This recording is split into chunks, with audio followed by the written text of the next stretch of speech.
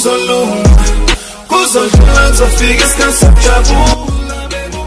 Wala bafethu, shabu njani? Ngithembe ukuthi ni grand, ngithembe ukuthi niyaphila. Makuthi usanda kusijoina kuyona le channel, ngicela wenze nje ukulungele ulike i-video, usubscribe ku channel. Okunye okubaluleke kakhulu, ucuphiza i-notification bell nayo yenze njana eseceleni kwa subscribe button, ukuze ngaso sonke isikhathi ke mangifaka i-video kule channel wena bese ke uthola i-notification. Bafethu, kule video le ngizonipha i-list yabadlali singasho besithi Orlando Pirates njengamanje ku confirmed ukuthi izoba sayina njengoba ke sokuqala ke isizini entsha ngenyanga August. Ama transfers kazobenzeka kakhulu ngenyanga kaJuly, isikhathi ke sewindi lama transfers. Khona ke abadlali oseqinisekisiwe ukuthi ke baya kwi-Orlando Pirates, bese kwakhona ke futhi ke abadlali okulindelekile ukuthi ke Orlando Pirates ngesikhathi sewindi lama transfers kube ukuthi ke iyaba sayina ke futhi ke nabo. Ngokwami ngibona ke sebebaningi abadlali ke abasayinwe Orlando Pirates. Mawuzobuka nje ihistory emakuvula iwindi lama transfers,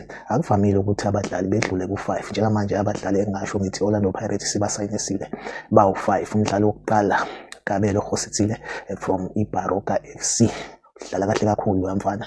Ngiyacishe ngimcompare noMofokeng, kodwa ke njengamanje akekho umuntu osafika kuMofokeng, but umfana ke ukhuthele kakhulu. Sambona ku-Nedbank Cup zibhekene ne-Orlando Pirates ukuthi mangathiwa mhlambe kwaba u-0-0 lesa score, noma ngithi nje kwaba i-draw, ngangamnika i-man of the match, futhi I'm sure wayizoba i-man of the match. Kuyikhona ke ukuthi iBaroka FC yashawa impela. Umfana ke ukulungele kakhulu ukuthi ke adlale kwi-Orlando Pirates. Omunye futhi umdlali ke futhi wayo iBaroka FC uTsepo Mashilowane, udlala as midfielder, naye udlala kahle kakhulu, ukulungele ukuyo-eda isquad yase-Orlando Pirates. Omunye umdlali bafethu uSihle Nduli from iStellenbosch FC. Hayi bafethu, lo mdlali since ngambona mhlambe ngithi kwaku-2020 kanye edlala iStellenbosch FC, ngambona ukuthi le i-Orlando Pirates material.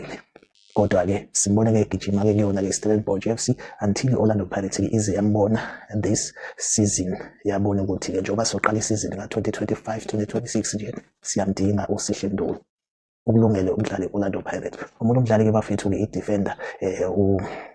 i-defender from i-Richard Bay FC, Nkosikhona Ndaba okanye Nkosinathi Ndaba, angisazi, but okaNdaba yena angimazi ke bafethu yena. Kodwa ke i-Orlando Pirates naye kubikwa ukuthi ke isayinile.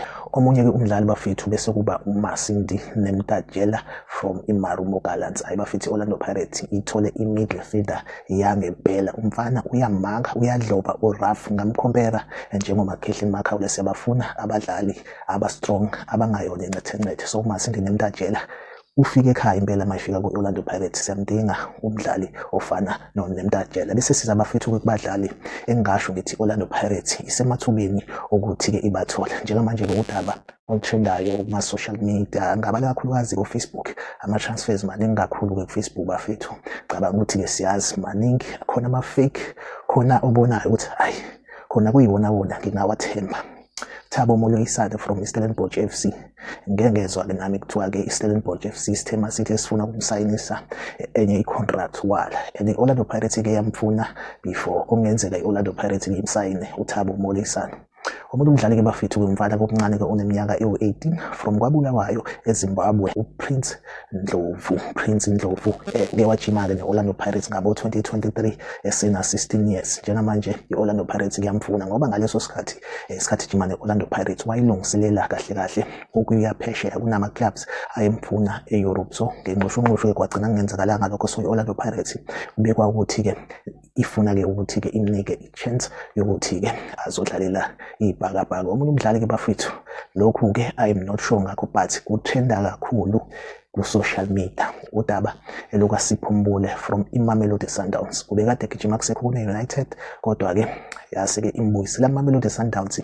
iMamelodi Sundowns yathi nje cha, i-contract yakhe asivuselele. So bafethu bengibona kutrenda kakhulu ku-Facebook ukuthi ke Orlando Pirates ingase isayine uSipho Mbule, umdlali onswempu onetalente, engakulungela ukudlalela i-Orlando Pirates. Kodwa ke ngesimo ke seyinkinga anazo zokushaya laba, ngicabanga ukuthi angibone edlala kwi-Orlando Pirates, angiyibone Orlando Pirates idecide ukusayina uSipho Mbule, the master chef. So bafethu lokho akuyona into engikholelwa kuyona. So bafethu make sure ukuthi uyalike i-video, uyasubscribe ku-channel, uciphisa i-notification bell, ikakhulukazi ukulike bafethu. Mawuyilike le video ivideo mayithola ama-likes amaningi. Ngalesi bafethu ivideo recommendeka ku-YouTube. So lokho kuyelekelela ukuthi-ke ivideo ithola ama-clicks, ibukwe kakhulu. Mina as udriver noma umqhubi wale channel, lokho bafethu kuyangisiza, kuyangiholisa. So make sure ukuthi noma ngabe ungenile kwivideo awuyibukanga yonke, make sure ukuthi-ke uyasupporta, uyaklikha u-like button. Uma ungasubscribe, usubscribe ku-channel, akudli imali. Bafethu, asihlangabezane kwivideo elandelayo. Bye bye.